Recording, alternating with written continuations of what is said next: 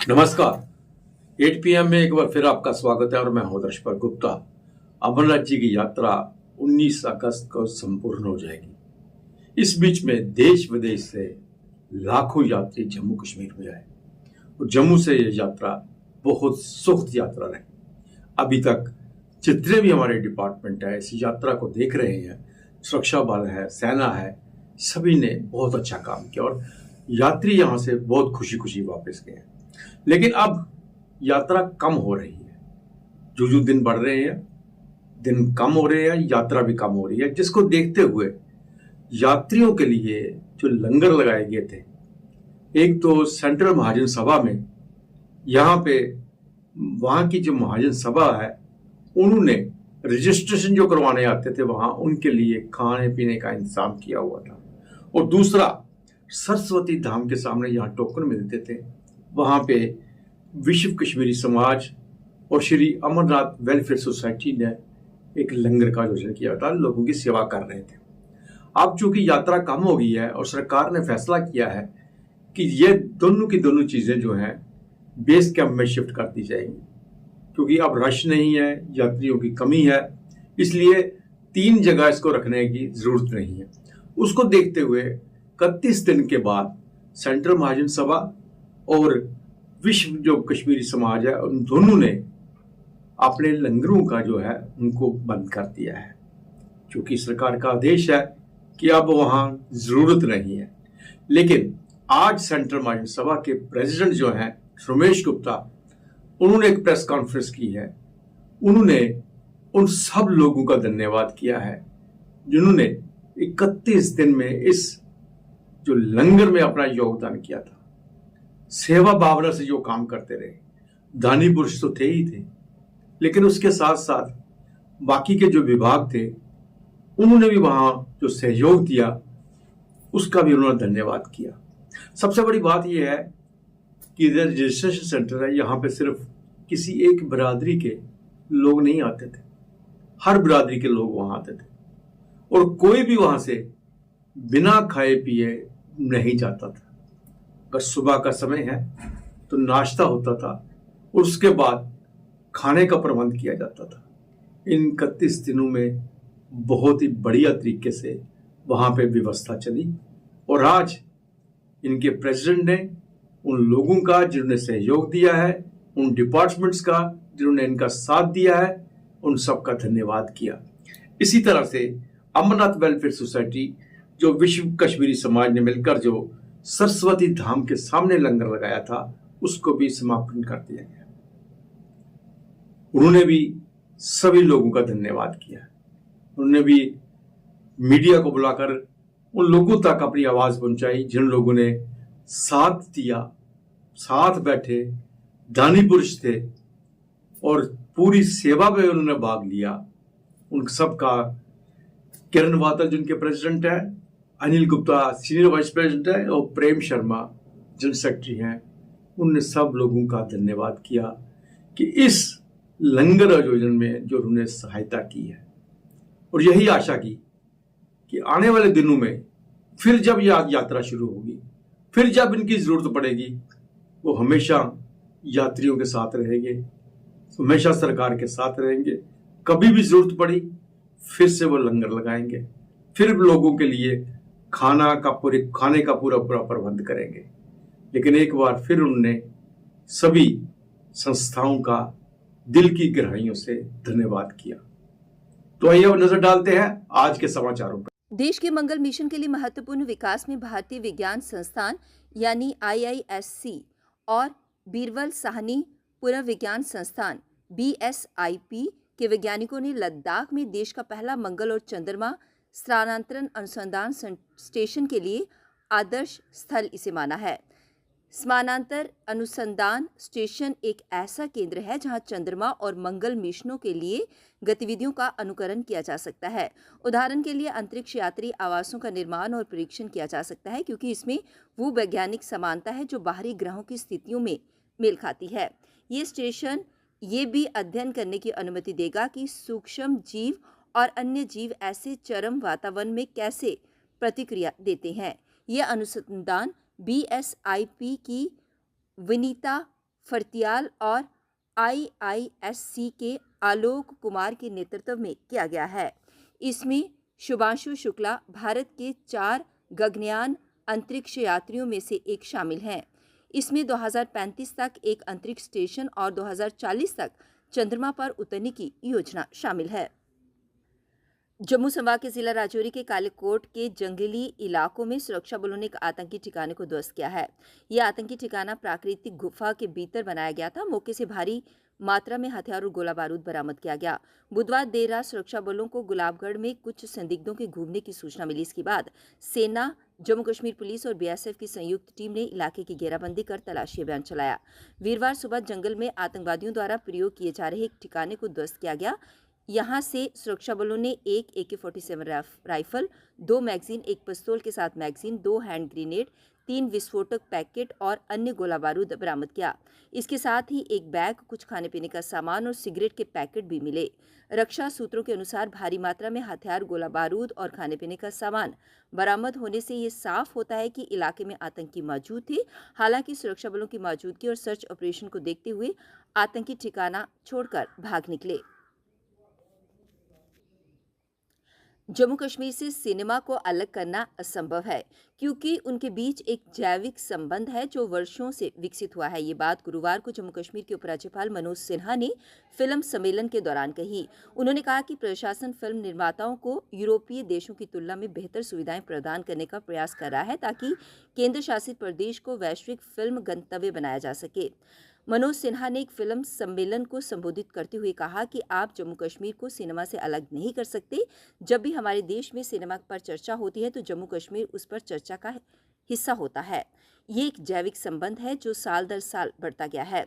LG ने कहा कि सिनेमा और जम्मू कश्मीर ने अन्य रिश्तों की तरह उतार चढ़ाव देखे हैं और कई दशकों तक आतंक का दंश झेला है। उन्होंने कहा कि इस कला रूप से जुड़े लोग इसे समझेंगे कि जम्मू कश्मीर सिर्फ शूटिंग स्थल नहीं बल्कि राज कपूर और यश चोपड़ा जैसे प्रसिद्ध फिल्म निर्माताओं के लिए एक सांस्कृतिक जीव था। इसलिए पिछले 5 वर्षों में उस रिश्ते को पुनर्जीवित करने के प्रयास किए गए हैं। अखिल भारतीय आयुर्विज्ञान संस्थान यानी एम्स विजयपुर में वीरवार को ओपीडी शुरू हो गई। विजयपुर, जम्मू और आसपास के क्षेत्रों के मरीजों को बड़ी इससे राहत मिली है। राष्ट्रीय राजमार्ग विजयपुर पर बना एम्स इन विभागों को परिसर में ही बनी नई 6 मंजिला बिल्डिंग में शिफ्ट कर दिया गया है। एम्स बिल्डिंग में सभी तरह की आधुनिक सुविधाएं मौजूद हैं। शुरू हुई ओपीडी भवन में दिव्यांग मरीजों के लिए बेहतर व्यवस्था की गई है। व्हील चेयर के लिए अलग से ट्रैक बनाया गया है। मरीजों के बैठने के लिए एयर कंडीशनर सुविधा और अच्छा इंतजाम है। अखिल भारतीय आयुर्विज्ञान संस्थान में ओपीडी शुरू होने से मरीजों को काफ़ी लाभ मिला है। इमारत में लिफ्ट के साथ एस्केलेटर की भी व्यवस्था की गई है। साथ ही मरीज डिजिटल स्क्रीन पर जानकारी पा सकेंगे। जम्मू एम्स के निदेशक शक्ति गुप्ता ने बताया कि वीरवार को सुबह ओपीडी शुरू कर दी गई और अब मरीजों को हर प्रकार की सुविधा मिल रही है। पिछले कई वर्षों से मरीजों को एम्स में इलाज कराने का इंतजार था, लेकिन अब ओपीडी शुरू होने से मरीजों को काफ़ी लाभ मिलेगा। इस समय देश विदेश से भी डॉक्टर को यहाँ पर बुलाया रहे हैं ताकि मरीजों को पूरी सुविधा मिल सके और वह अपना इलाज करवा सकें।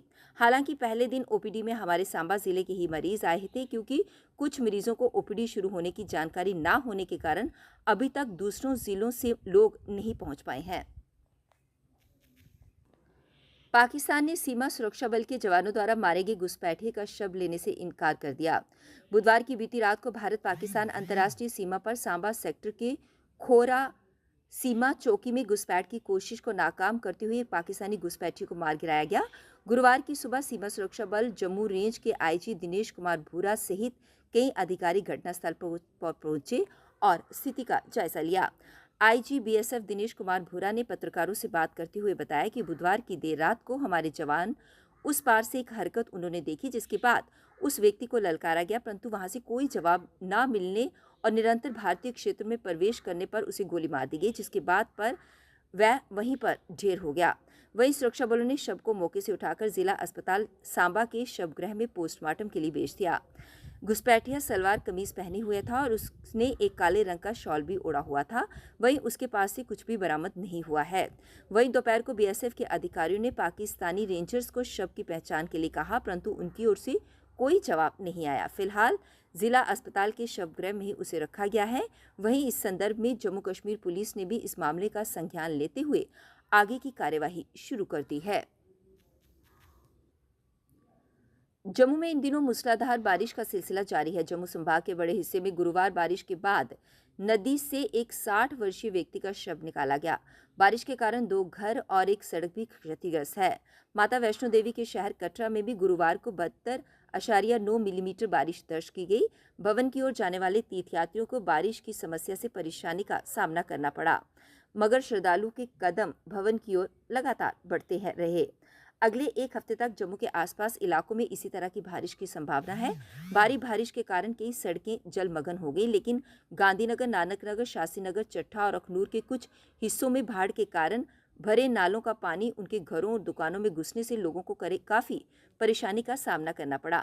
अधिकारियों ने बताया कि बारिश ने गर्मी और उमस भरी परिस्थितियों से राहत दी है, लेकिन मूसलाधार बारिश के कारण जम्मू श्रीनगर राष्ट्रीय राजमार्ग पर कई स्थानों पर भूस्खलन हुआ और यातायात बाधित हुआ। इसके साथ ही निचले इलाके जलमग्न हो गए। वहीं जिस व्यक्ति का शव मिला है उसे लेकर राज्य आपदा प्रतिक्रिया बल की एक टीम ने कहा कि गुज्जर नगर के पास उफनती तवी नदी से एक 60 वर्षीय व्यक्ति का शव निकाला गया। व्यक्ति की पहचान और मौत के कारण का तुरंत पता नहीं चल पाया है। पाकिस्तानी विस्थापितों को जमीन का मालिकाना हक मिलने के बाद वे काफी खुश नजर आ रहे हैं। सरकार के इस फैसले के बाद से परग्वाल गुड़ा पंचायत के लोगों ने ढोल नगाड़ों के साथ गुरुवार यानी 1 अगस्त को जश्न मनाया। उन्होंने इसके लिए जम्मू कश्मीर के उपराज्यपाल मनोज सिन्हा, प्रधानमंत्री नरेंद्र मोदी और गृह मंत्री अमित शाह का शुक्रिया अदा किया। पाकिस्तानी विस्थापितों ने इस फैसले की सराहना करते हुए भाजपा सरकार की तारीफ की। उन्होंने कहा कि भाजपा सरकार की बदौलत ही पाकिस्तानी विस्थापित को जमीन का मालिकाना हक मिला है। गौरतलब है कि बीते दिनों जम्मू कश्मीर के उपराज्यपाल मनोज सिन्हा की अध्यक्षता में हुई प्रशासनिक परिषद की बैठक में 1965 के पाकिस्तानी विस्थापितों को जम्मू कश्मीर की भूमि पर मालिकाना हक दिए जाने की मंजूरी दी गई थी। इसके बाद से विस्थापित समुदायों को 46,000 कनाल से अधिक भूमि दी गई है। अपनी पार्टी के कार्यकर्ताओं ने बिजली पानी की समस्या को लेकर आज एक बार फिर पनामा चौक में रैली निकाली, जिसमें उन्होंने प्रदर्शन के माध्यम से कहा कि बिजली के कट तो वैसे ही बहुत से लग रहे हैं और उसके बावजूद भी बिजली का भारी बिल आ रहा है, जिससे लोगों को काफी परेशानी का सामना करना पड़ रहा है। वो कहते जिन्हें चर ऑनलाइन नहीं होएगा इन्हें चर तो ट्रांसफार्मर नहीं मिलेगा। 15-15 दिन लोगों के ट्रांसफार्मर जले रहते हैं। ये बॉर्डर एरिया उत्ते ना तो नहरों का पानी जाता ते किसान जिहड़ा आ पंप सैट नाल अपनी फसल उगांदा, लेकिन पंप सैट तां चलदा जे बिजली होए ते बच्चे पढ़ नहीं पा रहे इस गर्मी दे विच। तो मैं ये कहना चाहना बिजली डिपार्टमेंट के लोगों कि लोगों को मजबूर ना करो, लोग सड़क ते आन। असी नैशनल हाईवे भी बंद कर सकते सी, लेकिन चूंकि अमरनाथ यात्रा चल रही है असी नहीं चाहते यात्रा दे विच विघन पाया जाए। लेकिन ये सरकार, ये गूंगी बैरी सरकार ये लोगों को मजबूर कर रही है कि लोग सड़कों ते आन, लोग जिहड़े ने मौजूदा सरकार के खिलाफ गल करन। मैं एलजी गवर्नमेंट नूं कहना चाहना कि तुहाडे अफसर एसी रूमां दे विच बह के गरीब लोगों के खिलाफ एक इस किस्म की प्लानिंग बना रहे हैं कि गरीब लोग जिहड़े ने उन्हां दा जीना मुहाल हो गया। अज ये पीसफुल मुजाहरा जिहड़ा ये जितने भी साडे साथी इत्थे आए ने ये सब सरकर्दा लोग अज इत्थे आए ने। जे सरकार ये नींद तू नहीं जागी तो आने वाले दिनों के विच जम्मू कश्मीर अपनी पार्टी हर डिस्ट्रिक्ट दे विच इस दे खिलाफ आवाज उठाएगी और मजबूर कर देगी। ऊंचे ओहदे पर कार्यरत अधिकारी के अपने करीबी को बचाने में मिलीभगत का आरोप लगाते हुए प्रेस कॉन्फ्रेंस को संबोधित किया गया। इसमें एक बार फिर अवतार सिंह मर्डर केस को लेकर सवाल उठाए गए। बैठे हैं ये आज इतने मगरूर हैं नशे के उसमें में के जैसे मस्त हाथी चलता है वैसे ये नशे में चूर होकर चल रहे हैं। हम आपसे कहना चाहते हैं कि हमारा ये आखिरी बार प्रयास है।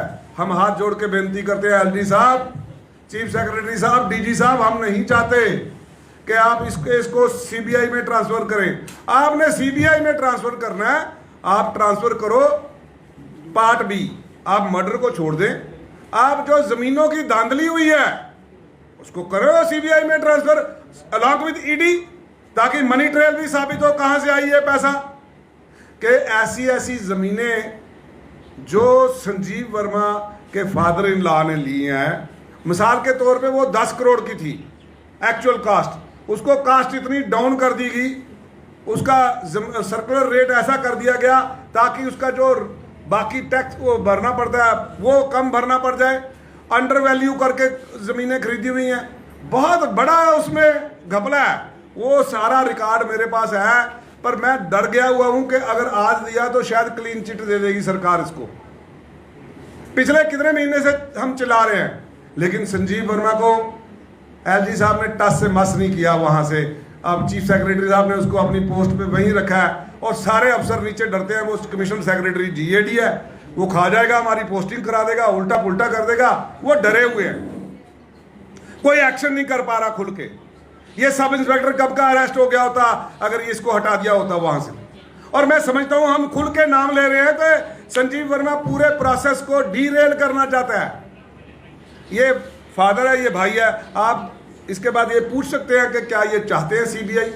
हम कहते हैं कि हमारा स्पेशल पीपी एक जो है वो हमारी दरखास्त है, उसको लगा दो। और सीबीआई अगर आपने करनी है आप दूसरे में करें। बाकी पुलिस प्रशासन के जितने लोग हैं, एडीजी जैन साहब, एसएसपी विनोद जी, आपके हमारे एसपी अजय शर्मा जी जो सुपरवाइजरी अफसर हैं इस केस के, कार्तिक जी, और जितनी टीम है, हमें सब पर भरोसा है। लेकिन हमें संजीव वर्मा जो चाल चल रहे हैं, जो एक 26 जून का ऑर्डर निकलवा दिया। पढ़ाई के साथ साथ अब छात्र खेलों में भी बढ़ चढ़ कर भाग ले रहे हैं। इसी के अंतर्गत एमएचएस स्कूल नागवनी द्वारा स्पोर्ट्स डे बनाया गया, जिसमें क्लस्टर लेवल पर छात्रों ने खेलों में अपनी प्रतिभा का प्रदर्शन किया। इसी को लेकर एमएचएस स्कूल नागवनी के प्रिंसिपल बीएम बब्बर जी ने अधिक जानकारी साझा की।